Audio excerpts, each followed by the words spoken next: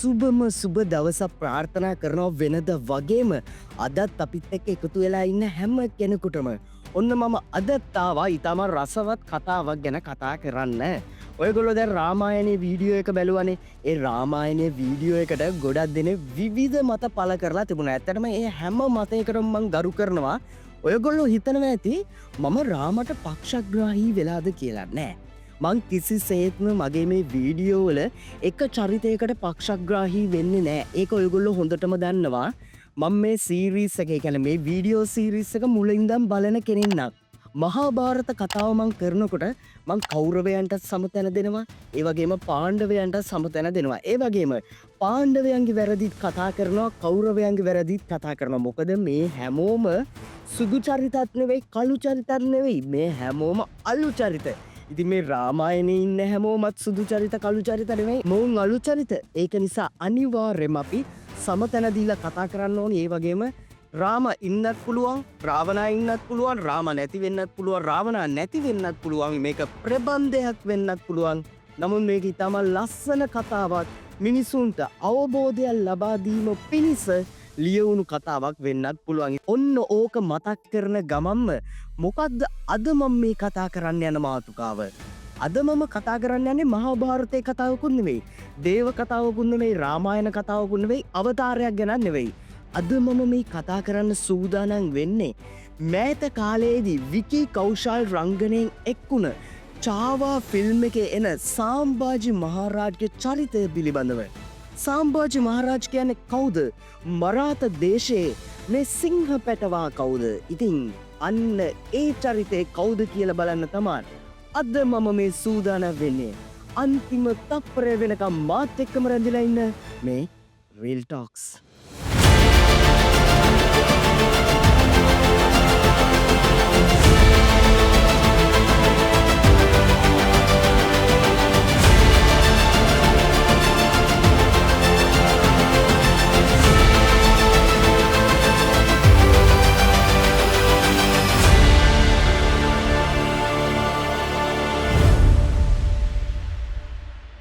හොඳයි, දැන් මගේ මේ ආදරණීය සහෝදර සහෝදරියන් සමහර අය මේ චාවා ෆිල්ම් එක බලලා තියෙන්නත් පුළුවන්, නොබලලා තියෙන්නත් පුළුවන්. කිසිම ප්‍රශ්නයක් නැහැ. මේ වීඩියෝ එක බලලා ඔයා මේ ෆිල්ම් එක බැලුවත් කමක් නැහැ. ෆිල්ම් එක බලලා මේ වීඩියෝ එක බැලුවත් කමක් නැහැ. මොකද මම මේක ටිකක් සවිස්තරාත්මකව මේ සාම්භාජි මහරාජ් පිළිබඳව කතා කරනවා. ඒ කියන්නේ ෆිල්ම් එකේ නැති කරුණුත් මම මේකේ කතා කරනවා. ඒක නිසා ස්පොයිල් වීමක් වෙන්නේ නැහැ. ඔයගොල්ලන්ට ලස්සනට මේ චිත්‍රපටය මගේ මේ වීඩියෝ එක බලලා බලන්නත් පුළුවන්. ඒ වගේම ඒ චිත්‍රපටයේ ලින්ක් එක ඔයගොල්ලන්ට ඩවුන්ලෝඩ් කරගන්න උවමනා නම් මම ඩිස්ක්‍රිප්ෂන් එකේ දාලා තියෙනවා සිංහල සබ්ටයිටල් එක්කලා ඔයගොල්ලන්ට පුළුවන් ඒ චිත්‍රපටයේ හොඳ පිටපතක් ඩවුන්ලෝඩ් කරගෙන බලන්න. මම ඒකත් ඩිස්ක්‍රිප්ෂන් එකේ දාලා තියෙනවා. හොඳයි. දැන් මේ චාවානේ මේකේ නම, මේ ෆිල්ම් එකේ නම චාවා කියලා කියන්නේ සිංහ පැටවා කියන අර්ථය. හරි. එතකොට සාම්භාජි මහරාජ් සිංහ පැටවා නම් සිංහයා කවුද? සිංහයා තමා සිවාජි මහරාජ්. ඉතින් මෙන්න මේ කතාව මෙහෙම තමයි පටන් ගන්නෙ. ඔන්න දැන් උදා වෙන්නේ 1657 මැයි 14 වෙනිදා. ඒ කියන්නේ 16 වන සියවස. 16 වන සියවසේදී පුරන්දර් බලකොටුවේදී එක කුමාරයෙක් උපත ලබනවා. සිවාජි මහරාජ් සහ සායිබායි දේවියට දාව තමයි මේ කුමාරයා උපත ලබන්නේ. මේ කුමාරයා තමයි සාම්භාජි මහරාජ් කියලා කියන්නේ. සාම්භාජි බෝන්ස්ලේ විදිහටත් මොහුව හඳුන්වනවා. මේ මරාත දේශයේ වංශය හඳුන්වන්නේ බෝන්ස්ලේ වංශය විදිහට. ඉතින් අදටත් වර්තමානයේදී ඔය බෝන්ස්ලේ කියන නම තියෙන අය ඉන්නවනේ. ඔයගොල්ලෝ අහලත් ඇති ඒ වගේ නම තියෙන අය ඉන්නවා. හරි. ඉතින් ඔන්න ඔහම මේ කුමාරයා උපත ලැබුවට පස්සේ මොහුගේ මේ කුඩා කාලය මේ හොඳ කුඩා කාලයක් බවට නම් පත් වෙන්නේ නැහැ. සුඛිත මුදිත කුඩා කාලයක් වෙන්නේ නැහැ. දේශපාලන ගැටුම්, බල අරගල, කුමන්ත්‍රණ, ඒ වගේම සතුරන් විසින් නිරන්තරයෙන් පහර දීම් යටතේ තමයි මොහුගේ මේ කුඩා කාලේ ගෙවී යන්නේ. මොකද මේ සිවාජි මහරාජ් කියලා කියන්නේ මරාත දේශයේ එසේ මෙසේ රජ කෙනෙක් නෙවෙයි. ඒකනේ මං කිව්වේ ඔහු දෙකෑනේ සිංහයා විදිහටත් හැඳුන්වුවා කියලා. ඒ කියන්නේ දැන් මේ කාලය වෙනකොට ඖරංගසීබ් කියලා මෝගල් රාජ්‍යයේ මහා අධිරාජ්‍යයක් ඉඳලා තියෙනවා. මොහු වෙන කවුරුත් නෙවෙයි, මොහු තමා තජ්මහල් හදපු ෂාජහාන්ගේ පුත්‍රයා, මුම්තාස්ගේ පුත්‍රයා තමයි මේ අවුරන්සෙප් කියලා කියන්නේ. ඉතින් මොහු විසින් ඉතාමත් කෘර පාලනයන් මේ මෝගල් අධිරාජ්‍යය කරගෙන ගිහින් තියෙනවා. ඉතින් නිරන්තරයෙන්ම මේ මෝගල් අධිරාජ්‍ය මේ මරාත දේශය සමග යුද වැදිලා තියෙනවා. මරාත දේශය නමුත් අල්ලා ගන්න මොහුට හමුවන්නේ නෑ. මොකද මේ මරාත දේශයේ සිවාජි මහරාජ් ඉතාම ප්‍රබල රජ කෙනෙක්. මොහු මේ අවුරන්සෙබ්ව ගණන් ගත්තේ වන්නැල්ලු. ඉතින් අන්න ඒක නිසා තමයි මේ අවුරන්සෙබ් මේ මරාත දේශයේ සිවාජි මහරාජ් සමග නිරන්තරයෙන්ම යුද වැදිලා තියෙන. ඉතින් ඔන්න ඔය ආකාරය ඔය යුද්ධයන්ට මැදි වෙලා තමයි මේ සාම්භාජිගේ කාලය ගෙබිලා ගිහින් තියෙන කුඩා කාලය ගෙල්ලා ගිහින් තියෙන මේ සාම්භාජිට සම්භා විදියටත් ඉතාමත් ආදරණීය විදියට හඳුන්වලා දීලා තියෙන ඔහුගේ පියා විසින්. ඔන්න ඕම කාලය ගෙවිලා යනකොට තව විශේෂ දෙයක් තියෙනවා කියන්න ඕනේ. මේ ෂාජහාන් රජතුමාගෙන් පස්සේ කෙලින්ම මේ අවුරන්සෙබ්ට රජකම ලබා දෙන්න ෂාජහාන් පෙළඹෙන්නේ නෑ. මොකද ෂාජහාන් දකිනවා මේ අවුරන්සෙබ්ගේ තියෙන කුරිරු ස්වභාවය. ඒක නිසා ෂාජහාන් විසින් ඔහුගේ තවත් පුත්‍රයෙක් වෙච්ච දරාශිකයට තමා රජකම ලබා දෙන්න සූදානම් වෙන මේ වෙලාවේදී අවුරන්සෙබ් විසින් දරාශිකගේ හිස ගසා දාලා ඔහුගේ හිස ෂාජහාන්ට යව්ව කියලා කියනවා. ඉතින් අන්න ඒ වගේ තමන්ගෙම ඥාතීන්ගේ ලෙයින් තමයි මේ මොහුගේ මෝගල් අධිරාජ්‍ය පිහිටුවගෙන ගිහින් තියෙන්නේ අවුරන්සෙබ් විසින්. ඉතින් ඔන්න ඔය වගේ කාරණාවක් තමයි මේ මොහුගේ උප්පත්තිය, ඒ වගේම ඔහුගේ කුඩා කාලයේ දේශපාලන බලාරගලවලට යෙදිලා තියෙන. ඒ වගේම මේ සාම්භාජි මහරාජ් කියලා කියන්නේ යුද ශිල්පය පිළිබඳව ඉතාමත් කෙළ පැමිණි පුද්ගලයෙක්. නමුත් මොහුගේ ජීවිත කාලය වැඩි කාලයක් තියෙන නෑ. අවුරුදු 31 දී මොහු මිය යනවා. අවුරුදු 31 දී මොහු මිය යනවා කියලා කියන්නේ මේ කුඩා කාලෙකෙන් තරුණ වියදින මොහු මිය යන්නේ. නමුත් අවුරුදු 31 දී මිය යන පුද්ගලයෙක් පිළිබඳව ෆිල්ම් එකක් ගහන්න තරම් ඔහු ප්‍රසිද්ධ වෙන්නේ කොහොමද? මාර වැඩන්නේ. ඒ කියන්නේ ඔහුගේ ජීවිත කාලයෙන් ඔහු කරලා තියෙන්නේ ඉතාමත් කෙටි දේවල් ටිකක් නෑ. ඒක වැරදි. මේ සාම්භාජි මහරාජ්ගේ අවුරුදු 31 දී මිය ගියාට ඔහුගේ වැඩ ප්‍රමාණය ඉතාමත් විශාලයි. මොහු පෘතුගීසීන් සමග යුද්ධ වැදිලා තියෙනවා. මොහු සමහර මංකොල්ලකාරයන් සමග යුද්ධ වැදිලා තියෙනවා. ඒ වගේම මෝගල් අධිරාජ්‍ය සමග යුද්ධ වැදිලා මෝගල් අධිරාජ්‍ය සුණු විසුණු කරන්න මොහු සමත් වෙලා තියෙනවා. ඉතින් අන්න ඒක නිසා තමයි අදටත් මේ මරාත දේශයේ මේ ඩෙකෑනේ සිංහ පැටවා ඉතාම ප්‍රබල තැනක් ගන්නේ ඉන්දියානු ඉතිහාසයේ. ඉතින් ඔන්න ඔය විදියට තමයි ඔහුගේ ජීවිත කතාව ගෙවිලා ගිහින් තියෙන්නේ. ඒ වගේම මොහු විසින් විවිධ භාෂා කතා කරලා තියෙනවා. භාෂා 6ක් හෝ 8ක ප්‍රමාණයක් මොහු විසින් කතා කරලා තියෙනවා. ඒවැයි කෙළ පැමිණි පුද්ගලයෙක්, සාහිත්‍යදරයෙක්, ඒ වගේම නිරන්තරයෙන්ම කාව්‍ය අසපු කෙනෙක්, කවි අහපු කෙනෙක්, ඒ වගේ දේවල් අහපු කෙනෙක් තමයි මේ සාම්භාජි මහරාජ් කියලා කියන්නේ. හොඳයි, මම දැන් ඔයගොල්ලන්ට කියන්න යන්නේ මේ සාම්භාජි මහරාජ් සහ ඔහුගේ පියා වෙච්ච සිවාජි අතර සිදුවෙච්ච හරි ලස්සන කතාවක්. ඒ කතාව මං දැන් කියන්නම් ඔයගොල්ලන්ට. මම ඔයගොල්ලන්ට කිව්වනේ මේ අවුරන්සෙබ් කියලා කියන්නේ තමක් කුරිරු පාලකයෙක් කියලා. ඉතින් මෙන්න මේ කුරිරු පාලකයන් නිරන්තරයෙන්ම ඩෙකෑනයට ප්‍රහාර එල්ල කරනවා. මරාතයන්ට ප්‍රහාර එල්ල කරනවා. ඉතින් මෙන්න මේ අවස්ථාවේදී එක කාලයකදී මට හරියට මතක විදියට නම් 1606 වෙන්න ඕනි. ඔය කාලේ ඒක මම නිවැරදි කරන්නම්, ඒක වැරදි නම්.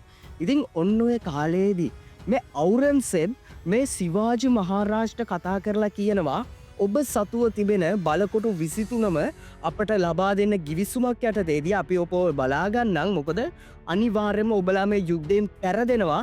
ඒක නිසා ඔබ මේ ගිවිසුම අත්සන් කරන්න පැමිණෙන්න ආග්‍රාවලට කියලා. ඉතින් කොහොමින් කොහොම හරි මේ වෙලාවේදී සිවාජි මහරාජ් හිතනවා හොඳයි අපි දැන් මොහුට මේ ගිවිසුම යටතේ මේක පවරා දීලා කොහොම හරි අවස්ථාවක් ලැබුණු ෂණයෙන්ම මේ මෝගල් අධිරාජ්‍ය විනාශ කරලා නැවත ඒ ටිකත් ලබාගෙන අපි මේ මරාත දේශය ගොඩනගමු.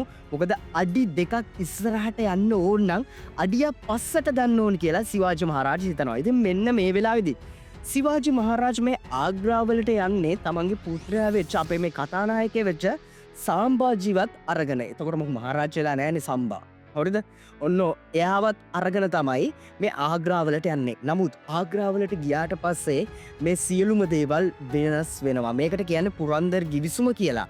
ඉතින් මේක වෙනස් වෙනවා කියලා කියන්නේ අවුරන්සෙබ් විසින් මොහුව සමච්චලයට ලක් කළා, සිවාජිව සමච්චලයට ලක් කරලා සිවාජ් සහ ඔහුගේ පුත්‍රයාව නිවාස අඩස්සියේ තියෙනවා. ඉතින් ඔන්න ඔහොම කරාට පස්සේ මොහු විසින් සිවාජ් විසින් හරි ලස්සන උපක්‍රමයක් මේකට යොදනවා. දැන් මේ නිවාස අඩස්සියේ සිටින්නේ නිවාස අඩස්සිය කියලා කියන්නේ සිරගත කරනවා කියන එකම නෙවෙයි.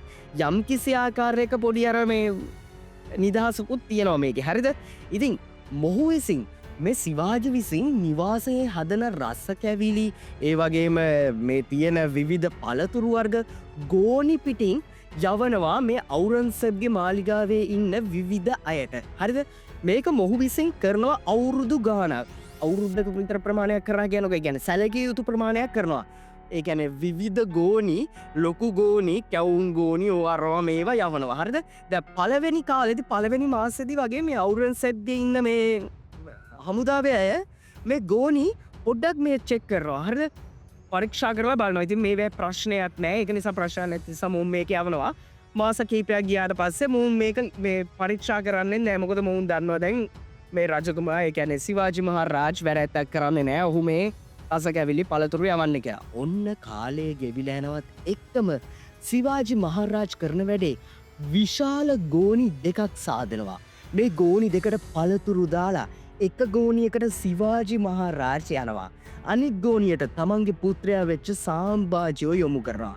ඉතින් මෙන්න මෙහෙම කරලා ඔහුගේ ළඟ හිටපු අයව යොදාගෙන ඒ කියන්නේ දැන් මේ ඖරංගසේබ්ගේ මාලිගාවේ උනන් සිවාජි මහා රාජ් කාලයක් යනකොට මිත්‍රයින් හදාගන්නවා. හරිද?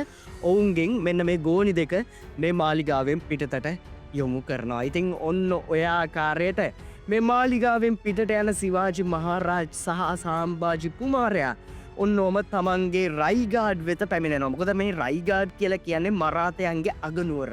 ඔන්න ඔය ආපු වෙලාවේ තමයි ඖරංගසේබ් දැනගන්නේ තමන්ගේ මේ ආග්‍රාවල තියෙන නිවාස අඩස්සියෙන් සිරගෙයින් පැනලා සිවාජි මහා රාජ් පැනලා ගිහිල්ලා කියලා. ඉතින් ඔන්න ඔය වෙලාවේදී ඖරංගසේබ්ට යකා නගින්න පටන් ගත්තලු. මොකද මේ තමන්ගේ මාලිගාවේ හිර කරලා හිටපු පුද්ගලයා යකෝ මේ වගේ රැකවලවල් දාලා තියෙද්දි මොහු පැනලා ගියානේ. ඉතින් ඔන්න ඔය අවස්ථාවේදී ඉතාමත් සැලකිය යුතු කාලයක් සිවාජි මහා රාජ් සැඟව හිටියලු විවිධ ස්වරූපයන් යටතේ. මොකද ඔහුගේ යුද කටයුතු යුදමය ස්වභාවයන් ඒ වගේම ඔහුගේ බලසේනාවන් නැවත වතාවත් ස්ථාපිත කරන්න ඕනි නිසා ඔහු විවිධ ස්වරූපයන් යටතේ සැඟවී සිටිලලු. හරියට කිව්වොත් එහෙම අර පාණ්ඩවයෝ හැඟවිලා හිටිය වගේ බ්‍රාහ්මණ වේශය අරගෙන ඒ වගේම සිවාජි මහා රාජ් විසින් සාම්භාජි මිය ගියා කියලා බොරුවට අවමංගල්‍ය චාරිත්‍ර බව කරලා තියෙනවා. එහෙම කරලා තියෙන්නේ මේ සතුරෝ සාම්භාජිගේ පස්සෙන් එන එක නවත්තන්න. මොකද ඔහු ඒ කාලේ ඉතාමත් කුඩායිනේ.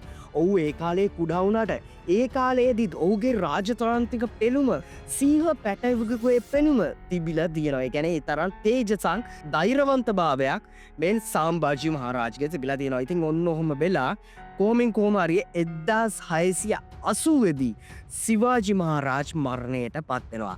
සිවාජි මහා රාජ් මරණයට පත් වුණාට පස්සේ ඖරංගසේබ්ට මේක ආරංචි වෙනවා. ඖරංගසේබ් හැබැයි මෙහෙම කියනවා. ඖරංගසේබ් කියනවා සිවාජි වගේ ප්‍රබල සතුරෙකුව අපිට ජීවිතේදී හමුවන්නේ එක් අවස්ථාවක් පමණයි. ඒක නිසා ඔහුට මම ස්තුතිවන්ත වෙනවා. ඔහු මාහට ප්‍රබල සතුරෙක් බවට පත් වුණාට ඒ වගේම ඔහු දැන් ස්වර්ගයේ ඇති. දැන් අපි ගිහිල්ලා දෙකෑනය අල්ලාගමු කියලා. ඒ බැයි පුතේ ඒක ලේසි වෙන්නේ නෑ. හොඳද? ඇයි ඒ කියලා මන් දැන් කියන්න. 1681 වර්ෂයේදී මේ අපේ කතානායක සාම්භාජි මහරජ් ඡත්‍රපති සාම්භාජි මහරජ් එහෙම නැත්නම් ඡත්‍රපති සාම්භාජි බෝස්ලේ විදියට රජකම ලබා ගන්නවා. මෙතන දේශපාලන කුමන්ත්‍රණයක් තියෙනවා. මොකද මේ සිවාජි මහරජ්ගේ එක් බිරිඳක් තමයි සායිබායි කියලා කියන්නේ. සායිබායිගේ වැඩිමාල් පුත්‍රයා තමයි අපි මේ කතා කරන සාම්භාජි කියලා කියන්නේ. ඒ වගේම තවත් බිරිඳක් ඉඳලා තියෙනවා සොයිරබා කියලා. ඉතින් මෙයාගේ පුත්‍රයා තමයි රාජරාම් කියලා කියන්නේ. පළවන රාජරාම් කියලා කියන්නේ. ඉතින් අන්න ඒක නිසා මේ සොයිරබාට උවමනා වෙලා තියෙනවා මේ සිවාජිගේ මරණයෙන් පස්සේ රාජරාම්ව මේ රජකමට අරගෙන එන්න. හැබැයි මේ රාජරාම් මේ වෙනකොට අවුරුදු 9ක වගේ කුඩා දරුවෙක්. අවුරුදු 16ක තමා සාම්භාජිගේ වයසත් තිබිලා තියෙන. සාම්භාජි කියන්නේ දරුවෙක්. ඔහු මේ ඡත්‍රපති සාම්භාජි මහරජාණන් නමුත් 1681 දෙසැම්බර් වලදී මොහු ඉතාමත් ප්‍රබල ප්‍රහාරයක් එල්ල කරනවා මෝගල් අධිරාජ්‍යයට විරුද්ධව. මෝගල් අධිරාජ්‍යයේ ඉතාම ලස්සනම නගරේ වෙලා තිබුණු නගරයට මොහු පහරදීලා ඉතාමත් ප්‍රබල විනාශකය නගරයට කරනවා. හැබැයි විශේෂයෙන් කියන්න ඕනේ මොහු මේ ධර්මය ප්‍රචාරය කරන්න මේ යුද්ධය කරගෙන ගීලා තියෙන. දැන් ඒ කියන්නේ මේ මරාත දේශය කුමාරයා මේ සාම්භාජි කුමාරයන්වේ දැ රජතුමා ඔහු හින්දු භක්තිකයෙන්නේ. ඒවගේම මෝගල් අධිරාජ්‍ය කියන්නේ මුස්ලිම් භක්තිකයෝ. ඒවට මුම් මේ මුස්ලිම් ආගමට ප්‍රහාරෙල්ල කරන්නවේ මේ යුද්ධය කරගෙන ගිහිලා තියෙනෙ. මේ අවුරන්සෙප් කියන අධිරාජ්‍යයා කුරිරු පාලකෙක් ඔහු සෑම කෙනෙකුටම එක විදිියකට බදු පනවලා විනාශ කරලා දාලා ඔයගොල හොඳටම දන්නවානේ සාජහන් රජතුමන් මේ ටච්මාල හැදුවට පස්සේ ඒ ටච්මාල හදපු හැමෝගෙම අත්‍යපුවලු ඒ වගේම දෑස් අන්ද කරලු ඔන්න ඔය වගේ දේවල් කරා කියනවන ඒක ප්‍රතිවිපාගයක් හැටියට මේ අවුරන්සෙට් විසින්ම රාජ්‍ය බලය ලබාගත්තට පස්සේ සාජහන් වල්ලලා සාජහන්ව මැරෙනකම්ම හිර කරලා තිබිලත් තියෙනවා. ඉතින් ඔහු මේ කවුලුවකින් මැරෙන මොහොතකදී ඇත තමන් අදපු ටච්මහල දිහා බලාගෙන තමයි මැරිලා තියෙන්නේ. ඉතින් ඔන්නෝක තමයි පුතේ කර්මය කියලා තියෙන්නේ. මිනිහෙක් මැරුවොත් හරි මොකක් හරි කරොත් හරි කර්මය එනවාම තමයි. හරිද? ඒක මම අමතර කාරණයක් විදියට කිව්වේ. ඉතින් ඔන්න ඔය විදියට 1681 දී දෙවන්ත ප්‍රහාරයක් අවුරන්සෙප්ට විරුද්ධව එල්ල කරනවා. ඊට පස්සේ ඔන්න ඔතන ඉඳන් දිගින් දිගටම අවුරන්සෙප්ට මුලේ අමාරුව හැදෙන විදිය ප්‍රහාර ටිකක් මේ සම්භාජි මහරජා විසින් එල්ල කරනවා. අපි දැන් බලමු ඒ මෝගල් අධිරාජ්‍යයට විරුද්ධව කරපු ප්‍රහාරයන් මොනවද කියන එක. මේ මෝගල් මරාත යුද්ධය කියන එක එසේ මෙසේ යුද්ධයන් නෙවෙයි. හොඳද? ඔන්න දැන් උදා වෙන්නේ 1680 වර්ෂය. මම ඔයගලන්ට කියවනේ 1680 වර්ෂයේදී සිවාජි මහරජ මිය යනවා කියලා. 1680 වර්ෂයේ ඉඳන් 1707 දක්වා අවුරන්සෙප් මිය යනකම් මේ යුද්ධය පැවතිලා තියෙනවා. ඉතින් ඒ තරම් ප්‍රමාණයක කාලයක් අපිට කතා කරන්න බෑ. මොකද අපි මේ කතා කරන්නේ සාම්භාජි මහරජගේ මරණය දක්වා කාලය. ඉතින් සාම්භාජි මහරජ ඉක්මනට මරණයට පත් වෙනවා. මම ඔයගොල්ලන්ට කිව්වා අවුරුදු 31 දී ඔහු මරණයට පත් වෙනවා.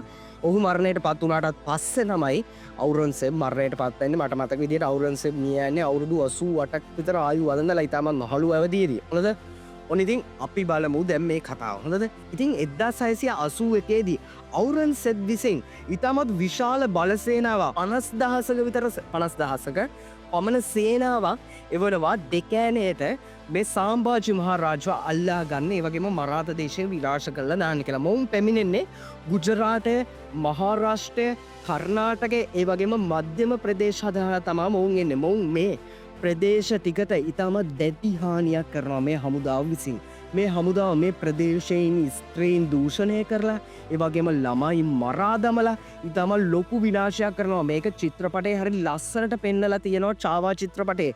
චාවා චිත්‍රපටයේදී මේ එක ඔත්තුකාරයෙක් ඇවිල්ලා මේ මහා විනාශය අපේ සාම්භාජිට කියනවා. ඔහු කියන්නේ ගංගා ඇලදොලවල් ලෙයින් තෙත් වෙලා ගිහිල්ලා ඒ වගේම සමහර ලින්වල ඉන්නේ අපේ දරුවන්ගේ මලකුණු ඒ වගේම ගස්වල තියෙන පත්‍ර නෙවෙයි පත්‍ර වෙනුවට තියෙන්නේ එල්ලෙලා ඉන්න මිනිස්සු. ඉතින් අන්න ඒ වගේ විනාශයක් මේ මෝගල් හමුදාව සිදු කරනවා. කොමින් කොමරි 1681 දී ඔය පැමිණෙන සේනාවට ඉතාමත් දැවැන්ත ප්‍රහාරයක් මේ මරාතයින් විසින් එල්ල කරනවා.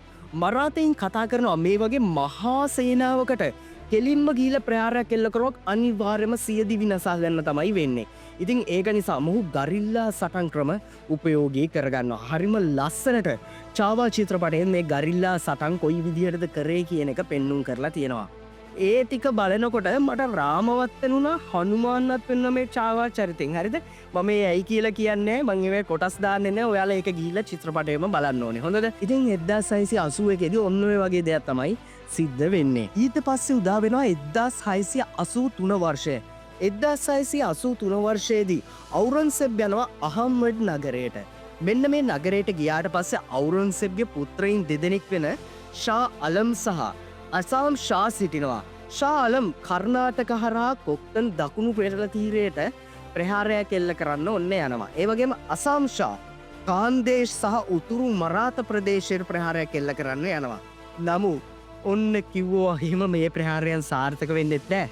මේ ප්‍රහාරයන්තන් මරාතයෙන් සාම්භාජ මහරාජ සමඟ රැකලා ඉඳලා ඉතාමත් දරුණු ප්‍රහාරයක් එල්ල කරනවා. මේ ප්‍රහාරය මොවුන් හිතුවවත් නැල්ලු මේ ගංගාවල සැඟවිලා ඉඳල තම මේ ප්‍රහාරය එල්ල කරලා තියෙන මේ ප්‍රහාරයක් චාවා චිත්‍රපටේ ඉතම ලස්සනට ගංගාවල සැඟවිලා ඉඳලා එක පාට ඔවුන් උඩට ඇවිල්ලා ඉතම ලස්සන ප්‍රහාරයක් දියත් කරනවා. අන්නේ ප්‍රහාරයේ ස්වරූපේටික රාමට සමානයි වගේ තියෙන හොඳද ඒවා ඉතින් ඒ චිත්‍රපටය කරපු අය ලස්සනට පෙන්නපු ඒව තමයි ඒ වගේ දේවල් හොඳද. ඔන්න ඊට පස්සේ උදා වෙනවා 1684 වර්ෂය. 1684 වර්ෂයේදී ශාබුදීන් කියන ජෙනරාල්වරයාව අවුරන්සබ් විසින් රයිගාඩ් වලට ප්‍රහාරයක් එල්ල කරන්න යවනවා. මේ රයිගාඩ් කියලා කියන්නේ මරාතයන්ගේ අගනුවර. මෙන්න මේ ප්‍රහාරයේදී අපේ මේ සාම්භාජ මහරාජගේ ළඟින්ම හිටපු ලක්ෂ්කාර් කියන අපේ මේ ඇතර මාම කෙනෙක් මේ අපේ මාම කෙනෙක් කියන්න මේ සාම්භාජ මහරාජගේ මාම කෙනෙක් වෙනවා. ඉතින් ඔහු මරණයට පත්වෙනවා. ඉතින් අන්න ඒ වෙලාවෙන් සාම්භාජ මහරාජගේ දකුණත කැඩුනා වගේ වැඩක් තමයි මේ වෙන්නේ. අර්ග මොකද මේ සලක්ෂාර් කියලා කියන්නේ ඉතාමත් ප්‍රබල කෙනෙක්. ඒ වගේම මේ මරාතයින්ගේ ජෙනරාල්වරයෙක්. ඒ වගේම කියනවා නම් මේ මරාතයින්ට හිටපු හොඳම සාල් ළඟම විශ්වාසවන්ත පුද්ගලයා ඔහු මිය යනවා.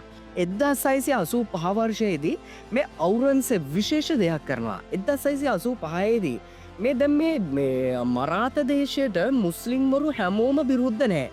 සමහර රාජ්‍යයන් තිබිලා තියෙනවා මුස්ලිම්වරු මේ මරාත දේශයට කැමැත්තෙන් ඉඳලා තියෙනවා. මොකද මේ අවුරන්සෙබ්ගේ දැඩි පාලනයට විරුද්ධ වෙලා හින්දා.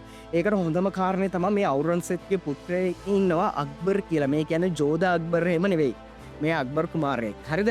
මේ කුමාරයන් මේ අවුරන්සෙබ්ගේ පාලනයට විරුද්ධ වෙලා මරාතයන් ගාවට ඇවිල්ලා හැංගිලා ඉඳලා තියෙනවා. මරාතයින්ගේ මේ සාම්භාජ මහරාජගේ උපකාර පතා කරන නමුත් ඔහු එක් වෙලාවකදී මේ සියලුම දේවල් අතහැරලා පර්සියට ගියා කියලා තමයි වාර්තා වෙන්නේ. ඉතින් කොමින් කොමාරි මං කිව්වේ ඔන්න ඔය දැන් ඔය වගේ මුස්ලිම් රාජධානීත් තිබිලා තියෙනවා මේ මරාතයින්ට කැමැත්තෙන්. ඉතින් අවුරන්සෙබ් 1685දී කරන්නේ මේ කැමැත්තෙන් ඉන්න මුස්ලිම් රාජ්‍යවලට ප්‍රහාරයන් එල්ල කරනවා. ඔවුන්ව මැඩ පවත්වලා ඔවුන්ව විනාශ කරනවා.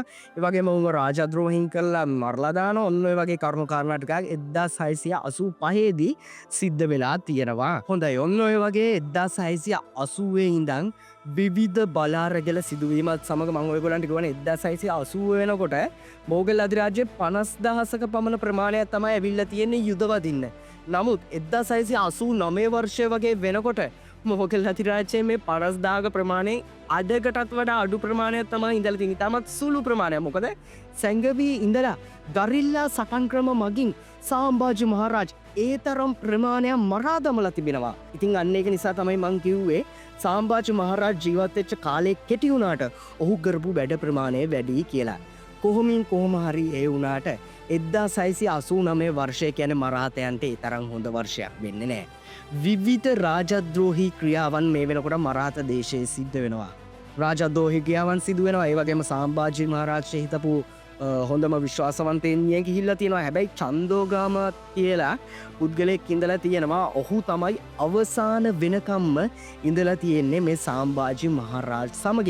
ඉතින් ඔය විදියට කරුණු කාරණා වෙනකොට ඔන්න දැන් සාම්භාජ මහරාජ් සහ පිරිස එකට එකතු වෙලා ප්‍රහාරයක් දියත් කරන්න සංගේශ්වරම් වල ඉඳලා ප්‍රහාරයක් දියත් කරන්න කතිකා කරගන්න වර්ෂය තමයි මේ 1689 කියලා කියන්නේ. ඇත්තම අවුරන්සෙබ් මරා දමන්න හදන වර්ෂයක්.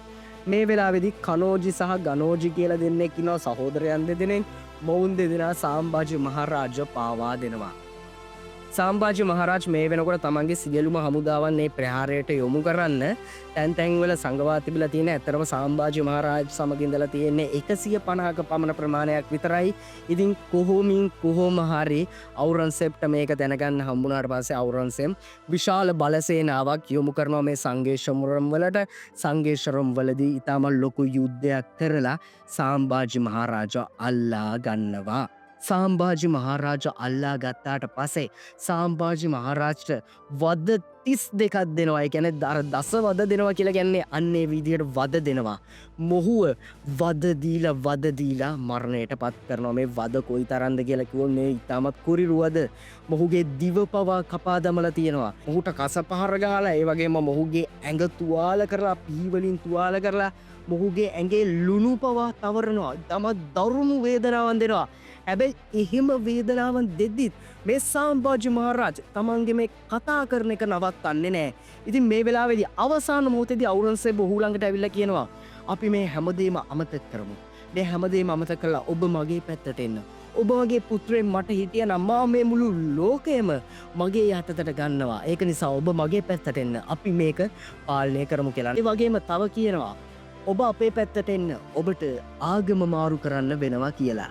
ඊට පස්සේ මේ චාව ෆිල්ම් එකේ හරි ලස්සනට මේක කියනවා මේ චාව එමන්නන්න සාම්භාජ් කියනවා ඔබ අපේ පැත්තට එන්න. හැබැයි ඔබට ආගම මාරු කරන්න ඕනේ නෑ කියලා. ඉතින් ඔන්න ඔය වගේ ලස්සන දෙබසකුත් කියන කොහොම හරි අවසානයේදී මේ සාම්භාජ මහරජගේ ඇස් පවා උගුල්ලලා තියෙනවා. ඉතින් සාම්භාජ මහරජ මරණයට පත් වෙනවා.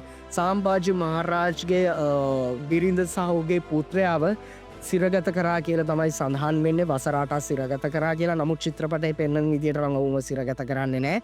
ඉතින් ඊට පස්සේ මරාත දේශයට ඊළඟට පත් වෙන්නේ රාජාරාම. ඔයගොල්ලන්ට මතක ඇතිනේ රාජාරාම කුමාරයා මේ අර සොයිරබාගේ පුත්‍රයා. ඉතින් ඔහු තමා ඊට පස්සේ මරාතයන්ගේ රජතුමා බවට පත් වෙන්නේ. ඉතින් කාලයක් ගෙවිලා ගිහිලා මරාතයන්ගේ රජතුමා ඔහුත් විවිධ යුද කටයුතු සිද්ධ කළා මරණයට පත් වෙනවා. ඉතින් ඔන්න ඔය විදියට තමයි මේ චාවා චිත්‍රපටයේ පැමිණෙන සාම්භාජ මහරජගේ ජීවිත කතාව සිදුවෙලා තිබිලා තියෙන්නේ. ඉතින් ඔයගොල්ලෝ ෆිල්ම් එක දැන් බලන්න. ඒ වගේම බලලා නැත්නම් බලන්න. බලලා තිබුණන් කමන්නේ මේක අහන්න. ඊටම රසවත් කතාවක්.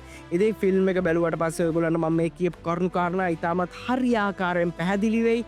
ෆිල්ම් එකේ රිවිව් එකක් කරනවට වඩා ওই කරුණු කාරණා කොහොමද සිද්ධ වෙලා තියෙන්නේ කියන කාරණාව තමයි මම මෙතනදි කිව්වේ.